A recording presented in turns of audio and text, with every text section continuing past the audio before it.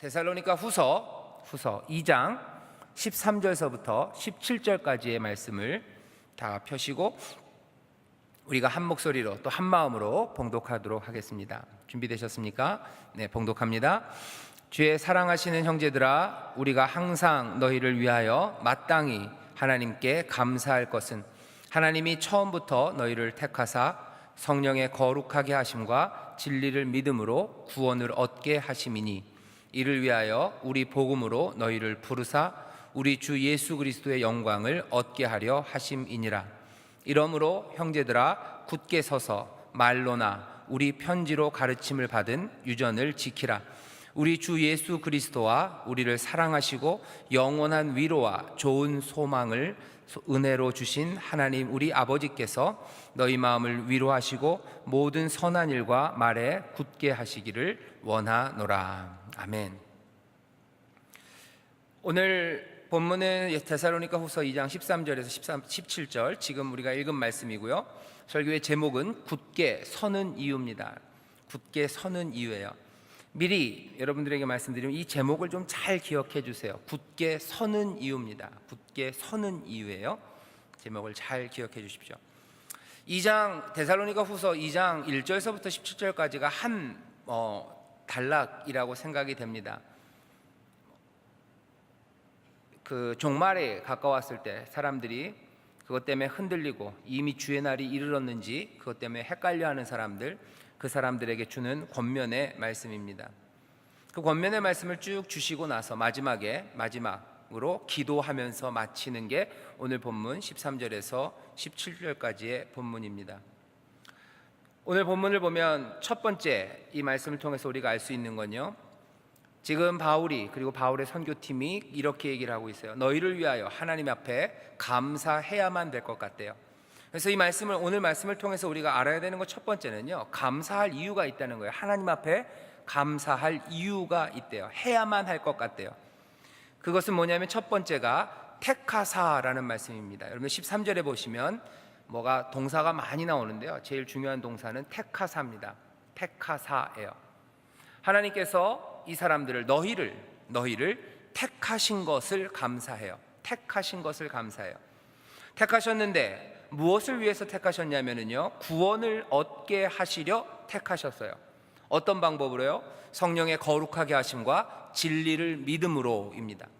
그래서 한 번에 쭉 말하면 성령의 거룩하게 하심과 진리를 믿음으로 구원을 얻게 하시려고 너희를 하나님이 택하신 것, 그것을 감사한대요. 그래서 제일 중요한 건 뭐예요? 택하심입니다. 일단 딱 붙잡아야 되는 건 하나님이 너희를 택하신 것, 그것 감사한대요. 택하셨는데 뭘 위해서 택하셨어요? 구원을 얻게 하시려고 택하신 거예요. 무슨 딴 일들 있을 수 있어요. 어떤 일들에 쓰임받고 높여주시고 여러 가지 이유가 있지만 오늘 여기 감사해야만 할 것 같은 거는 하나님이 너희를 구원을 위하여 택하신 것, 그거 감사한대요. 어떻게 구원을 얻습니까? 성령의 거룩하게 하심과 진리를 믿음으로. 성령과 진리라고 얘기해요. 성령, 어쩌면 그리고 말씀입니다. 그것으로 구원을 얻게 하시려고 하나님이 너희를 택하신 것, 그거 감사한답니다. 두 번째 감사하는 이유는 또 뭐냐면요, 그 14절에 있어요. 14절에 있는 부르심이라는 말입니다. 뭘 또 감사하냐? 이를 위하여, 너희의 구원을 위하여 우리의 복음으로 너희를 부르신 것, 그거 감사한대요. 하나님이 너희를 부르신 것 감사한다고. 다른 것도 아니고 우리의 복음 선포를 통하여 너희를 하나님이 부르신 것, 택하시고 구원 얻게 하기 위해서 택하셨어요. 거기서 끝이 아니에요. 택한 것에서 끝이 아니라 하나님이 어떻게 하셨다고요? 부르셨어요. 그냥 막연하게 너희는 나의 택함 받은 자들이야 라고 하나님의 상상 속에서만 있는 게 아니라 하나님이 어떻게 하세요? 부르세요. 정말로 이 세상을 울리는 소리들로, 하나님의 손길들로 이들을 끌어모으시고 이들을 부르신 것에 대해서, 너희를 부르신 것에 대해서 바울은 지금 감사합니다. 어쩌면 그 밑에 깔려있는 감사 하나는 그 부르심이 다른 이들을 통해서가 아니라 우리의 복음 선포를 통하여 하나님이 너희를 부르신 것, 그것 감사한대요. 하나님이 택하신 것 감사해요. 그리고 하나님이 부르신 것 감사해요.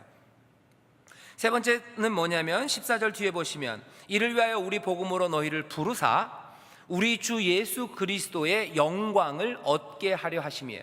부르셔서 그 결과 무엇을 또 이루시려고 하시냐면 영광을 얻게 하시는데요, 세상에 무슨 반짝반짝하는 영광이 아닙니다. 그것보다 비교할 수 없는 우리 주 예수 그리스도의 영광을 얻게 하려 하신대요, 하나님이. 그래서 바울은 하나님 앞에 감사합니다. 누구를 위해서? 너희를 위해서. 왜? 여기서 일어나는 일들은 다 너희라고 이야기되는 데살로니가 교회 교인들에게 일어난 일들입니다. 데살로니가 교인들에게 일어난 일들, 그 일들을 왜 바울이 감사합니까? 그 이유는 우리가 알아요. 바울이 데살로니가 교회 사람들을 많이 사랑하기 때문이죠. 많이 사랑하기 때문이에요. 그리고 자기의 기쁨이라고 그랬어요. 내 인생의 면류관이라고 그랬어요. 내 인생의 모든 업적이 있다면 바로 너희들인데 내가 너희를 그렇게 사랑하는데 하나님께서 너희를 택하시고 그렇게 부르시고 너희에게 주 예수 그리스도의 영광을 주실 것, 내가 그것 때문에 너희를 위하여 하나님 앞에 감사하지 않을 수가 없답니다. 마땅히 감사해야만 하겠대요. 여기 보면 당연히 하나님 앞에 감사해야 돼요. 왜 그러냐면은 택하시고 부르시고 또한 영광을 얻게 하시는 모든 것들이 잘 보시면 뭐예요? 몽땅 다 한결같이 하나님의 활동이십니다. 하나님이 하시는 일들이에요. 택하신 일 하나님이 하신 거예요. 부르신 일 하나님이 하신 거예요. 그리고 주 예수 그리스도의 영광을 얻게 하시는 것, 이것도 하나님이 하실 일입니다. 하나님이 하실 일이에요. 당연히 감사는 하나님에게 갑니다. 하나님에게 가요. 오늘 본문을 보면서 어쩌면 첫 번째 생각해야 되는 거죠. 이 감사의 이유들 세 가지를 보면서요, 우리가 우리의 신앙을 돌아보면서 생각해야 될 첫 번째는 우리가 누구에게 감사하는가입니다. 누구에게 감사하는가 하는 거죠. 우리가 하나님 앞에 어떻게 감사하는가, 무엇 때문에 하나님 앞에 감사하는가 하는 겁니다. 하나님 앞에 감사합니까? 그리고 도대체 하나님 앞에 무엇으로 감사합니까? 오늘 여기 말씀을 보면 하나님께서 내 문제를 해결해 주셨다는 얘기는 없어요. 그리고 뭔가 좋은 거는 없어요. 뭔가 우리에게 딱 손에 잡힐 만한 거는 없어요. 그런데 여기 뭐라고요? 우리를 택하사 우리를 구원을 얻게 하셨게 택하시고 우리를 진짜로 부르시고 주 예수 그리스도의 영광을 얻게 하실 것, 그것으로 감사합니다. 감사해요. 아마 그것으로 감사한다면 우리가 어떤 일에도 불구하고 감사할 수 있습니다. 왜냐하면 여기 일어나는 택하시고 부르시고 영광을 주시는 일은 하나님의 일이기 때문에 그래요. 세상에서 일어나는 일은 어둡습니다. 어두운 일들이 있어요. 힘든 일들이 있어요. 우리를 막 깨뜨리는 일들 많아요. 하지만 감사할 수 있는 이유는 뭐냐면, 적어도 하나님께 감사할 수 있는 이유는 뭐냐면, 하나님 우리를 택하시고 구원을 위하여 택하시고 우리를 정말로 부르시고 우리에게 주 예수 그리스도의 영광을 주실 것, 그것 때문에 우리가 감사합니다. 구약에서는 그런 말 많아요. 비록 무화과 나무에 열매가 없어도 내가 여호와를 찬송하고 여호와를 감사합니다. 감람나무 열매가 없어도 내가 여호와를 찬송할 수 있어요. 내 삶에 어둠이 있고 그래도 괜찮아요. 괜찮을 수 있는 이유는 하나님이 나를 택하시고 나를 부르시고 나를 하나님의 자녀 삼으시고 백성 삼으시고 하나님의 집으로 우리를 인도하시고 하나님의 영광을 얻게 하실 그 소망 가운데서 감사합니다. 감사해요. 어떻게 보면 쉬운 일은 아닙니다. 눈에 닥치는 것들, 보이는 것들은 너무 칙칙하고요.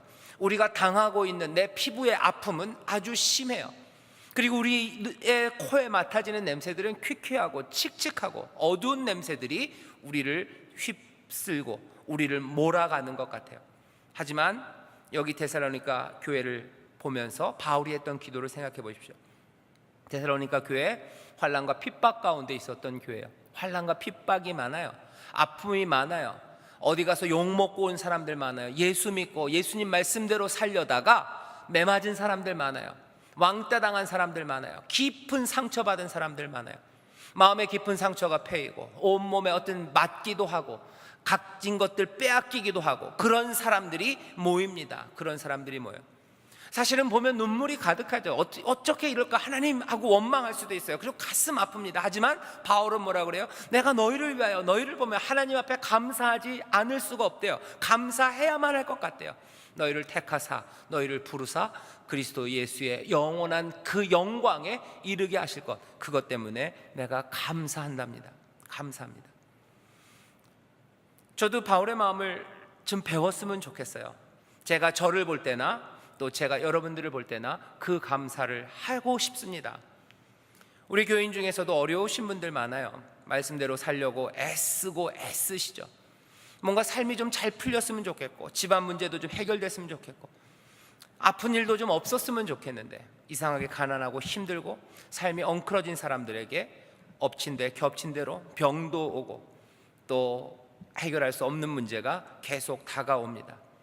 그때마다 보는 건 가슴 아프고 눈물이 나고, 그 앞에서는 참아올 수 없지만 조용히 기도하면서 눈에서 눈물을 찍어내야 돼요.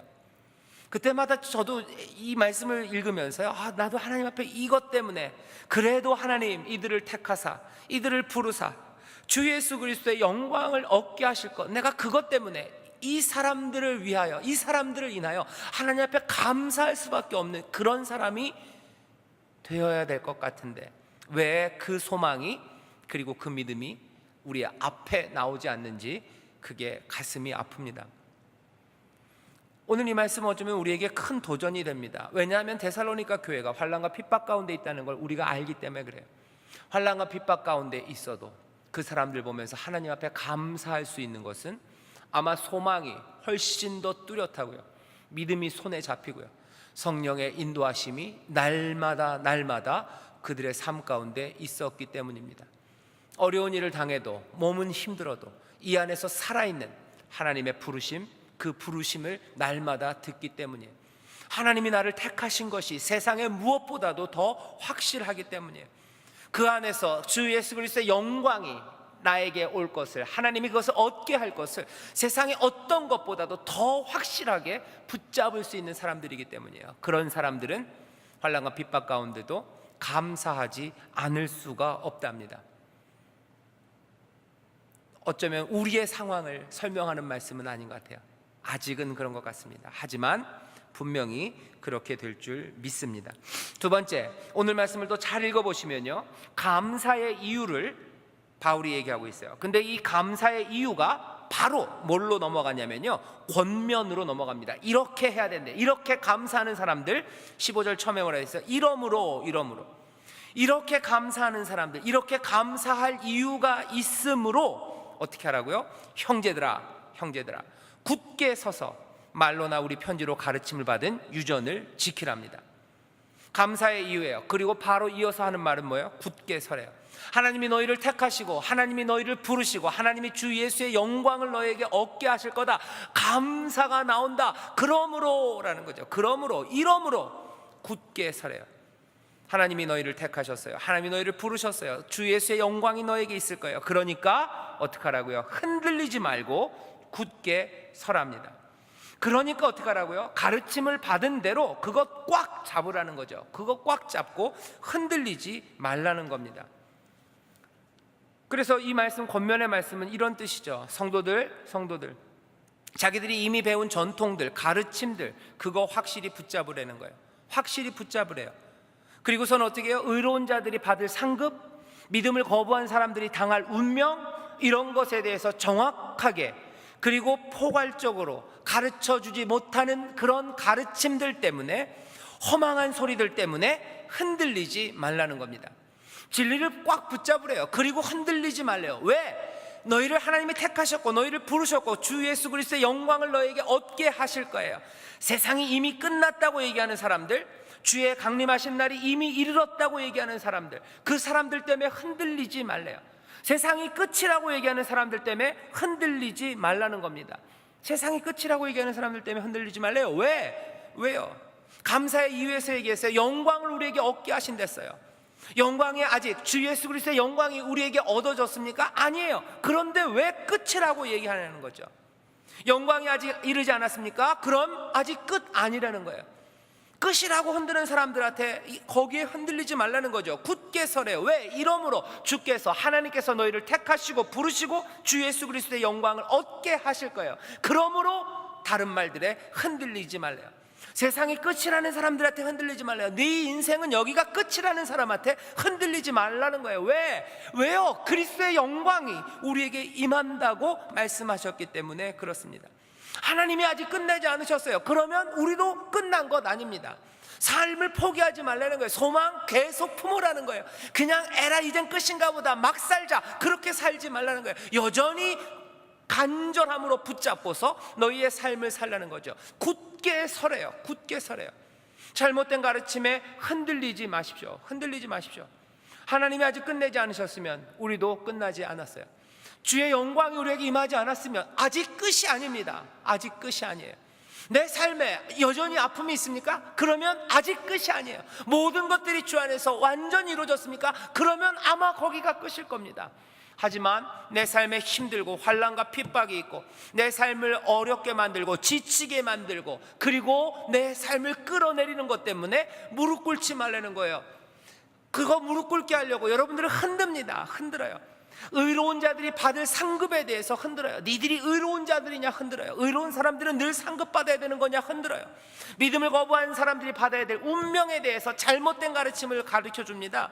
믿음을 거부해도 괜찮다고 얘기해요. 뭐 그런다고 어떻게 되겠냐라고 우리의 삶을 흔들어 놓죠. 그런 거에 흔들리지 말고 가르침을 받은 유전, 그 가르침 꽉 잡으래요. 뭡니까? 의로운 자들이 받을 상급입니다.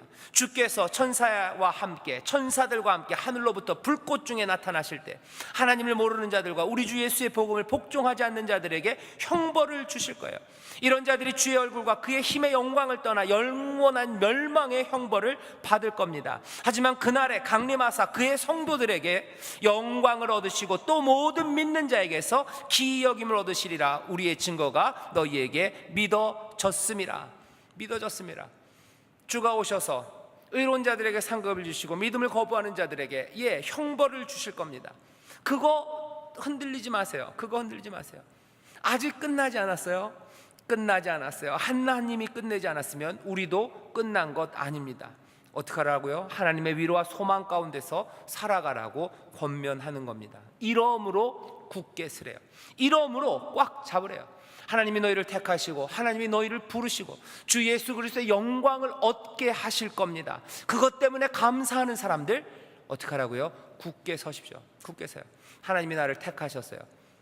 어떻게 택하셨다고요? 성령의 거룩하게 하심과 진리를 믿음으로 구원을 얻게 하시려고 우리를 택하셨고, 택하신 것, 이전에 택하신 것 거기서 끝나는 게 아니라 복음의 선포들을 통해, 가르침을 통해 우리를 부르셨어요. 확실합니다. 그리고 그렇다면 주의 예수 그리스도의 영광을 우리에게 얻게 하실 것, 그것도 확실해요. 흔들리지 마십시오. 두려워 마십시오. 속지 마십시오. 그리고 우리의 믿음, 우리가 배운 것, 그거 꽉 붙잡으라고 권면하고 있습니다. 감사가 권면으로 넘어가는 거예요. 감사의 이유가 권면의 이유가 됩니다. 그런데 여기 말씀을 잘 보시면 약간의 뉘앙스가 있습니다. 이 뉘앙스는 사실은 이건 뭐 제가 확실하게 얘기할 수는 없어요. 아무리 읽어봐도 그것을 무슨 논리적으로 증명할 만한 방법은 저에게는 없습니다. 하지만 가만히 읽어보는 가운데 좋은 말로 하면 성령이 저에게 주시는 영감이죠, 깨달음이죠. 15절을 잘 보시면 이렇게 되어 있어요. 이러므로 형제들아 굳게 서서라고 되어 있어요. 굳게 서서. 하나님이 우리를 택하심, 그 택하심이 확실합니다. 그게 분명해요. 하나님이 우리를 부르심, 그 부르심이 확실해요. 우리를 주 예수 그리스도의 영광을 얻게 하실 것, 그것이 확실해요. 확실합니다. 그렇죠? 그것이 확실하기에 그것을 우리의 믿음으로 붙잡을 수 있어요. 그것이 우리의 소망이 됩니다. 그렇다면 우리는 두려워하지 않고 굳게 서서 흔들리지 않고 가르침을 꽉 잡을, 굳게 설 가능성이 있는 거예요. 가능성이 있는 거예요. 주가 우리를 택하심과 부르심과 우리에게 영광을 받게 하심이 확실하다면 우리는 굳게 설 가능성이 있는 겁니다. 가능성이 있는 거예요. 그런데 여기 굳게 설 수 있다라고 얘기하잖아요. 이러므로 형제들아 너희가 굳게 설 수 있다라고 하지 않고 이러므로 형제들아 굳게 서서라고 얘기를 해요. 굳게 서서. 그리고 앞에 굳게 서는 이유들을 그냥 설명하고 있잖아요. 하나님이 너희를 택하시고 너희를 부르시고 너희에게 영광을 주시기 때문에 너희는 그것이 확실함으로 너희들은 굳게 설 수 있는 거야. 그러니까 굳게 서라가 아니라 오늘 말씀을 잘 보면요, 그것들을 감사하고 있어요. 감사하고 있어요. 하나님 우리를 택하시고 부르시고 영광을 얻게 하시는 것, 그거 감사한다는 거예요. 그 사실이 놀랍다는 거예요. 그 은혜가 놀랍다는 겁니다. 그렇다면 이게 뭐가 되냐면요, 제 생각에 이 가능성에서 당위로 바뀌어요. 확실한 것이 있기 때문에 내가 그것을 믿고 이게 가능합니다가 아니라, 하나님이 우리를 그렇게 사랑하시고 그렇게 은혜를 우리에게 베푸셨길래 셨기에 이러므로 우리는 어떻게 해요? 우리가 굳게 섭니다라는 고백이 될 수 있어요. 하나님이 우리를 부르시고 하나님이 우리를 택하시고 하나님이 우리에게 영광을 주신다면 내가 흔들릴 수 없다는, 아주 주체적이고 능동적이고 그리고 자발적인, 내가 달려나가겠다, 나도 이제 주를 사랑하기에 이제는 내가 굳게 서겠다는, 굳게 서겠다는 나의 고백 그리고 다짐이 될 수 있습니다. 오늘 설교의 제목이 그래서 굳게 서는 이유예요. 굳게 서는 이유예요. 하나님이 우리를 택하시고 부르시고 영광을 주시기 때문에, 그게 확실하기 때문에 우리는 굳게 설 수 있습니다. 맞아요. 믿음이에요. 소망이에요. 하지만 이것 잠깐만 다르게 보면요, 하나님이 우리를 그렇게 은혜로 부르시고 하나님이 그렇게 우리에게 놀라운 은혜로 우리를 택하시고 우리에게 영광을 주신다는 그 놀라운 은혜의 약속을 우리에게 주셨으므로 그 은혜가 나로 주를 향해서, 나도 이제 주를 사랑합니다, 이제 내가 흔들리지 않고 굳게 서겠습니다라 다짐하게 만듭니다. 어쩌면 굳게 서는 이유는 그 은혜가 우리로 하여금 굳게 서야겠구나라는 당위로 나아가게 합니다. 나아가게 해요. 이게 어쩌면 조금 태도가 달라지는 겁니다. 굳게 설 수 있어, 버텨야지, 내가 믿음으로 소망으로 이거 할 수 있는 일이야가 아니라, 이건 내가 해야만 하는 일이 되는 거예요. 왜? 하나님이 나를 그리 택하시고 부르시고 나에게 영광을 주실 거라면 나도 이제 하나님을 향하여 사랑으로 대답하는 거죠. 하나님의 은혜와 사랑에, 믿음과 소망으로 대답할 수 있습니다. 하지만 또 동시에 하나님의 그 놀라우신 은혜와 사랑에 나도 사랑으로 대답할 수 있습니다. 하나님 우리에게 은혜를 주셨어요. 놀라운 걸 주셨어요. 그것을 내가 소망으로 붙잡을 수 있습니다. 하지만 또 가만히 생각해 보면 하나님 우리에게 베풀어 주신 그 은혜, 그 사랑에 나도 사랑으로 대답하는 거예요. 그렇게 되면 태도가 조금은 달라져요. 그냥 내가 굳게 설 수 있어가 아니라, 하나님 내가 굳게 서겠습니다가 될 겁니다. 굳게 서겠습니다. 내가 흔들리지 않겠습니다. 내가 그거 붙잡겠습니다. 거기에는 감사와 기쁨이, 그리고 내 삶을 하나님 앞에 드리는 자발적인 헌신이, 기쁨의 순종이 거기에 있을 거라고 분명히 믿습니다. 오늘 그 설교의 제목이 굳게 서는 이유예요. 하나님이 우리를 택하시고 부르시고 우리에게 주의 영광을 주시는 그 놀라운 일들을 우리에게 주시니 내가 주여 이러므로 이제 내가 굳게 섭니다. 그 다음에 16절에 기도하기 시작하죠. 이 일을 위해서 하나님 도우시라고 기도합니다. 뭐라고 기도하냐면 16절에 바울이 이렇게 기도해요. 우리 주 예수 그리스도와 우리를 사랑하시고 영원한 위로와 좋은 소망을 은혜로 주신 우리 아버지께서, 16절에서 얘기하는 건 뭐냐면요, 자기들 바울과 그 선교팀에게 하나님이 하신 일이에요. 바울을 사랑하셨어요. 그리고 우리에게 은혜로 위로와 소망을 주신 그 하나님 아버지가 17절 이제는 너희에게도입니다. 이 얘기는 뭐예요? 기도하는데 지금 헛말하는 게 아니에요. 빈 소망을 비는 게 아닙니다. 바울이 사랑하는 데살로니가 교인들을 위해서 기도하는데요, 그냥 헛말들, 그냥 이랬으면 좋겠다라는 걸 얘기하는 게 아니에요. 왜? 여기 증거가 있어요. 이미 내가 받은 거예요. 이미 우리가 받은 거예요. 위로 이미 받았어요. 소망 주시는 거, 그게 뭔지 알아요. 그게 뭔지 알아요. 왜 위로가 필요한지 알아요. 왜 소망이 필요한지 바울이 아주 절감하고 있습니다. 이것 없이는 온전히 설 수 없는 거, 굳게 설 수 없는 거, 이 가르침을 잡을 수 없다는 거 잘 알아요. 그래서 이미 자기가 받은 은혜를, 이미 자기가 받은 능력을, 이 복된 것을 이 사람들에게도, 여기 데살로니가 교인에게도 하나님이 주시기를 기도하고 있는 겁니다. 왜 이렇게 기도할 수 있어요? 같이 아파하는 사람이라 기도할 수 있어요. 같이 고난받은 사람들이라 기도할 수 있어요. 문제가 뭔지 같이 배고파 본 사람이에요. 같이 가슴 아파 본 사람이에요. 같이 밤새도록 주 앞에 매달려 본 사람들이에요. 아픔 가운데도 소망을 찾는 게 무엇인지 아는 사람들이에요. 하나님의 은혜가 자기의 삶을 어떻게 바꾸는지, 하나님의 위로가 내 삶을 어떻게 바꾸는지 바울이 알아요. 그리고 그것이 얼마나 절실한지 바울이 알아요. 이 데살로니가 교인들의 삶과 자신의 삶이 다르지 않다는 걸 알아요. 여기 내가 하나님의 은혜가 필요하고 위로가 필요한 것만큼 사랑하는 이 사람들도 하나님의 위로와 은혜가 필요하다는 걸 바울이 절감합니다. 그래서 우리에게 은혜로 위로와 소망을 주신 아버지께서 이 사람들에게도 마음을 위로하시고 모든 선한 일과 말에 굳게 하시기를 원하는 겁니다. 우리 기도도 이랬으면 좋겠어요. 저도 이렇게 기도했으면 좋겠어요. 우리의 기도가 헛된 것을 빌어주는 주문이 되어서는 안 됩니다. 그냥 좋은 거 빌어주는 거, 그건 아닌 것 같아요. 정말로 헛말이 아니라 내 삶에 증거가 있는 것들을 위해서 기도해 줘야 될 것 같아요. 이게 정말 참되다는 게 확인된 것들 기도해 줘야 돼요. 확인된 것들 기도해 줘야 됩니다. 하나님의 은혜가 있기를 얼마나 좋은 말입니까? 하지만 또 얼마나 빈 말일 수 있습니까? 하나님이 위로해 주시기를 얼마나 좋은 말입니까? 얼마나 강력한 기도입니까? 그런데 그 기도가 빈 말일 수 있어요. 왜? 내가 내 마음에 하나님의 위로가 힘이 되고 하나님의 위로가 능력이 되는 것을 내가 모른다면 그 기도는 너무 빈 기도예요. 비어 있어요. 텅 비어 있어요. 텅 빈 기도입니다. 우리 가운데 그런 일들이 많죠. 어려운 사람들 이야기를 듣습니다. 구역 식구 가운데, 아니면 믿음의 형제들 가운데, 아니면 내가 사랑하는 가족들, 친척들 가운데 어려운 이야기들을 듣게 돼요. 그러면 뭐라고 얘기하죠? 기도해 준다고 얘기해요.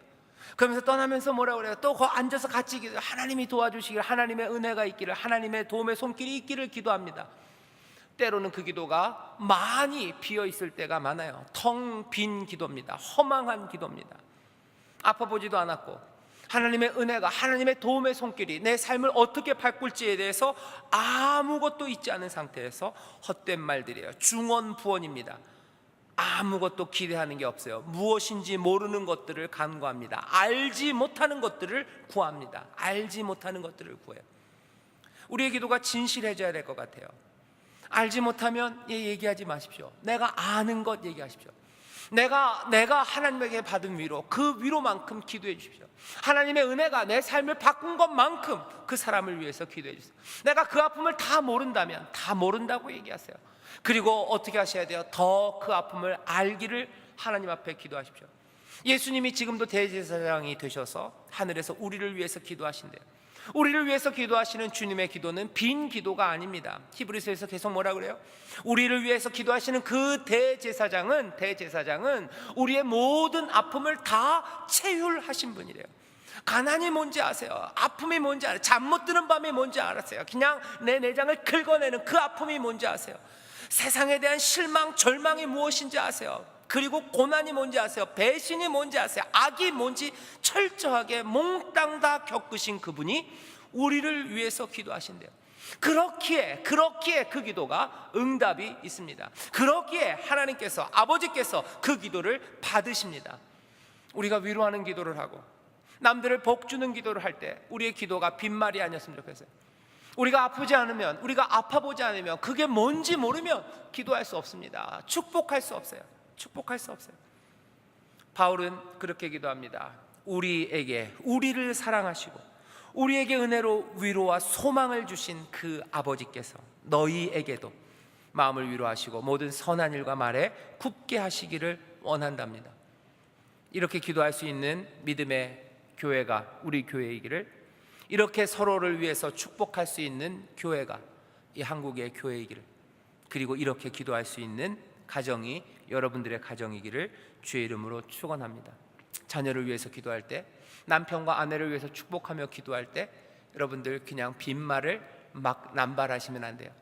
그 아픔이 뭔지, 내 남편의 아픔이 뭔지, 내 남편의 수고가 뭔지, 그 괴로움이 뭔지, 내 아내가 무엇 때문에 그렇게 아파하는지, 그 아픔의 밤, 그 시간들을 알아야 돼요.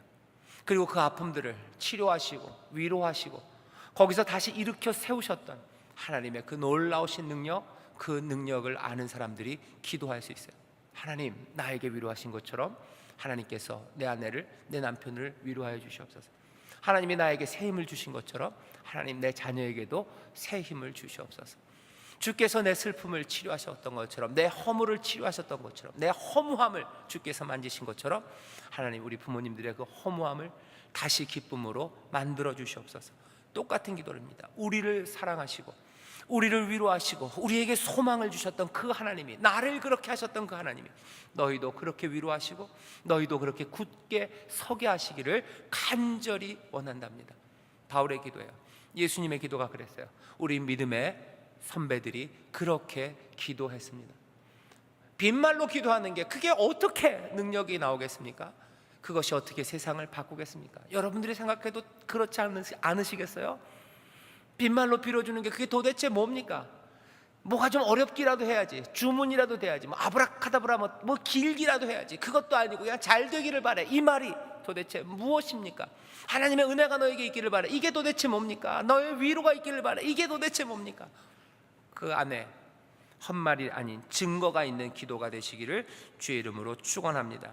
오늘 바울이 마지막으로요, 마음에 대해서 얘기해요. 마음에 대해서 굳게 서기 위해서 필요한 것, 굳게 서고, 그리고 말씀을 꽉 붙잡기 위해서 필요한 것, 헛된 소리에 흔들리지 않고 의로운 자들이 받을 상급과 믿지 않는 자들이 당해야 되는 그 운명에 대해서 흔들리지 않고 환경의 어려운 가운데서도 말씀을 붙잡고 소망 가운데 살기 위해서 어쩌면 필요한 것, 마음에 대한 이야기입니다. 마음에 대한 이야기예요.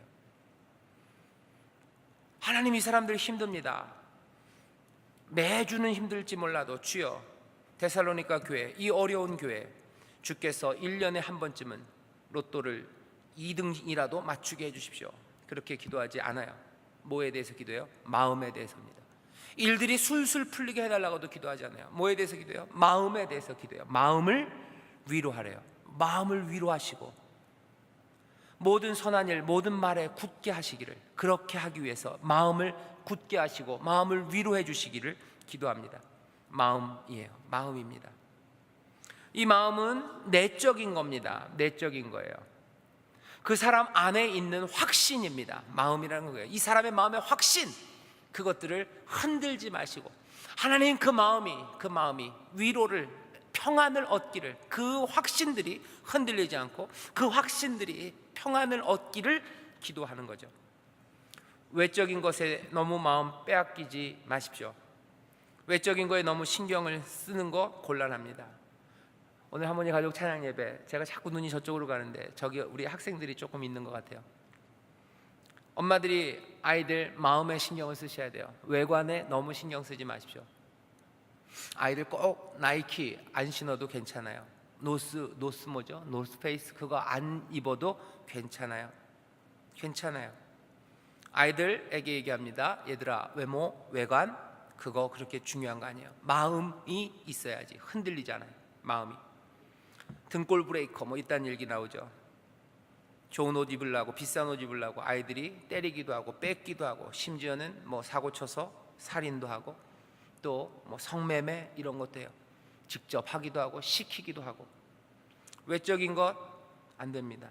아이들만 그런가요? 아니요. 온 세상이 요즘은 외모 신드롬이 있어요. 이상한 말이 있어요. 조각 몸매래요. 조각 몸매. 완벽한 몸이래요.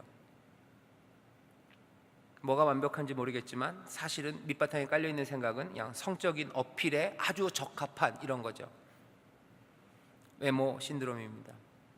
중요한 건 마음이에요. 생명이 양분을 얻기 위해서 삶의 방향, 그리고 삶의 안정, 그리고 평안, 그것들은 여기 안쪽에서 옵니다. 마음을 하나님께서 지키시고, 무릇 지킬 만한 것보다 네 마음을 지켜라. 왜요? 생명의 근원이 이에서 남이니라 라는 말씀이에요. 그렇다고 외모, 바깥에 보이는 걸 그냥 다 버리라는 건 아닙니다. 거기에 대해서도 뭐 예의 있게 사셔야 돼요. 하지만 다시 한번 우리의 마음에 대해서 깊이 보셔야 돼요. 여기 바울이 이렇게 사랑하는 자들을 위해서 기도할 때 하나님, 이들의 마음을 위로하시고 모든 선한 일과 말에 굳게 하시라고 마음을 위해서 기도합니다. 마음의 양식 필요합니다. 말씀 필요합니다. 좋은 책들 필요합니다. 하나님의 위로 필요합니다. 하나님이 굳게 하시는 거 필요해요. 내 안사람이, 속사람이 중요합니다. 겉에 대해서 신경 쓰는 거, 좋아요. 하지만 안을 무시하고 겉에만 신경 쓰는 거는 아주 어리석은 일입니다. 오늘 말씀을 정리하겠습니다. 바울이 사랑하는 사람들을 위해서 말세를 살아가고 온갖 속임수가, 그리고 절망하게 만드는 거짓들이, 그리고 이들을 어쩌면 우는 사자처럼 멸망으로 끌어가려는 악한 사탄이 막 유령처럼 떠돌아다니고 소시탐탐 기회를 노리는 그 세상에서 놀랍도록 복음에 순종하며 살아가는 이 데살로니가 교인들에게 바울이 하는 권면과 기도입니다. 흔들리지 말고 붙잡으시고, 가르침 붙잡으시고, 주께서 우리의 마음에 위로를 주시고 하나님께서 우리의 마음을 굳게 하시기를 위해서 기도합니다. 흔들리지 마십시오. 의로운 자들이 받을 상급이 있습니다. 믿음을 거부하는 자들에게 그 사람들이 당할 운명이 분명히 있습니다. 하나님이 우리를 택하시고 우리를 부르시고 주 예수 그리스도의 영광에 이르게 하십니다. 붙잡으십시오. 그거 붙잡으시고 세상에서 흔들리지 마시고, 고난과 핍박과 환난과 내가 감당하지 못할 일 때문에 넘어지지 마시고, 다시 한번 그 부르심에 합당하게 하나님의 자녀로서 여러분들 살아가십시오. 빛의 자녀들답게 살아가십시오. 세상을 이긴 자와 함께 걷는 자답게 사십시오. 얼굴 드시고, 세상 끝나지 않았습니다. 하나님 아직 끝나지 않으셨어요. 그럼 아직 우리도 끝난 것 아닙니다. 주의 날 오지 않았어요? 그럼 아직 끝난 거 아니에요. 고개 드십시오. 고개 드세요. 그리고 어떻게 하세요? 그날을 바라보면서 기도하고 노래하십시오. 지킬 만한 것보다 마음을 지키십시오. 서로를 위해서 기도해 주십시오. 하나님, 저들의 마음에, 우리 구역원 또 우리 구역장님들 마음에 위로를 주십시오. 그 마음을 굳건히, 모든 말과 행동에 굳건히 설 수 있도록 주님 도와주시옵소서. 그 기도가 헛된 기도가 아니라 하나님의 도우심, 위로가 무엇인지, 하나님이 우리에게 주시는 용기가 무엇인지, 저녁에는 울음이 기숙하지만 아침에 하나님이 우리를 기쁨으로 일으키게 하시는 것이 무엇인지, 그것을 발견한 사람들은 내 사랑하는 자들을 위해서 그렇게 기도할 거예요. 하나님, 다시 용기를 주십시오. 다시 용기를 주십시오.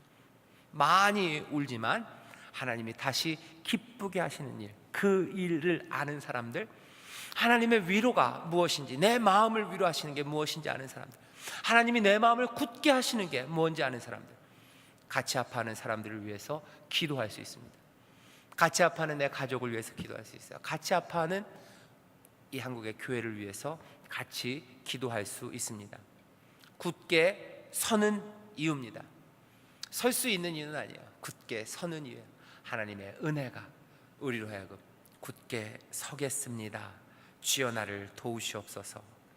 굳게 서겠습니다. 주여 나를 도우시옵소서. 그렇게 기도하며 앞으로 나가게 하는 줄 믿습니다. 기도하겠습니다. 하나님, 감사합니다. 어렵고 힘든 세상을 살지만 하나님, 이것이 이 세상이 아닙니다. 우리에게서 벌어지는 일들과 또 우리에게 벌어질 일들이 무엇인지 우리로 보게 하시니 감사합니다. 하나님이 우리를 택하시고 우리를 부르시고 우리를 주 예수 그리스도의 영광을 얻게 하실 것을 우리로 보게 하십니다. 그 은혜를 보게 하십니다. 그 사랑과 능력을 보게 하십니다.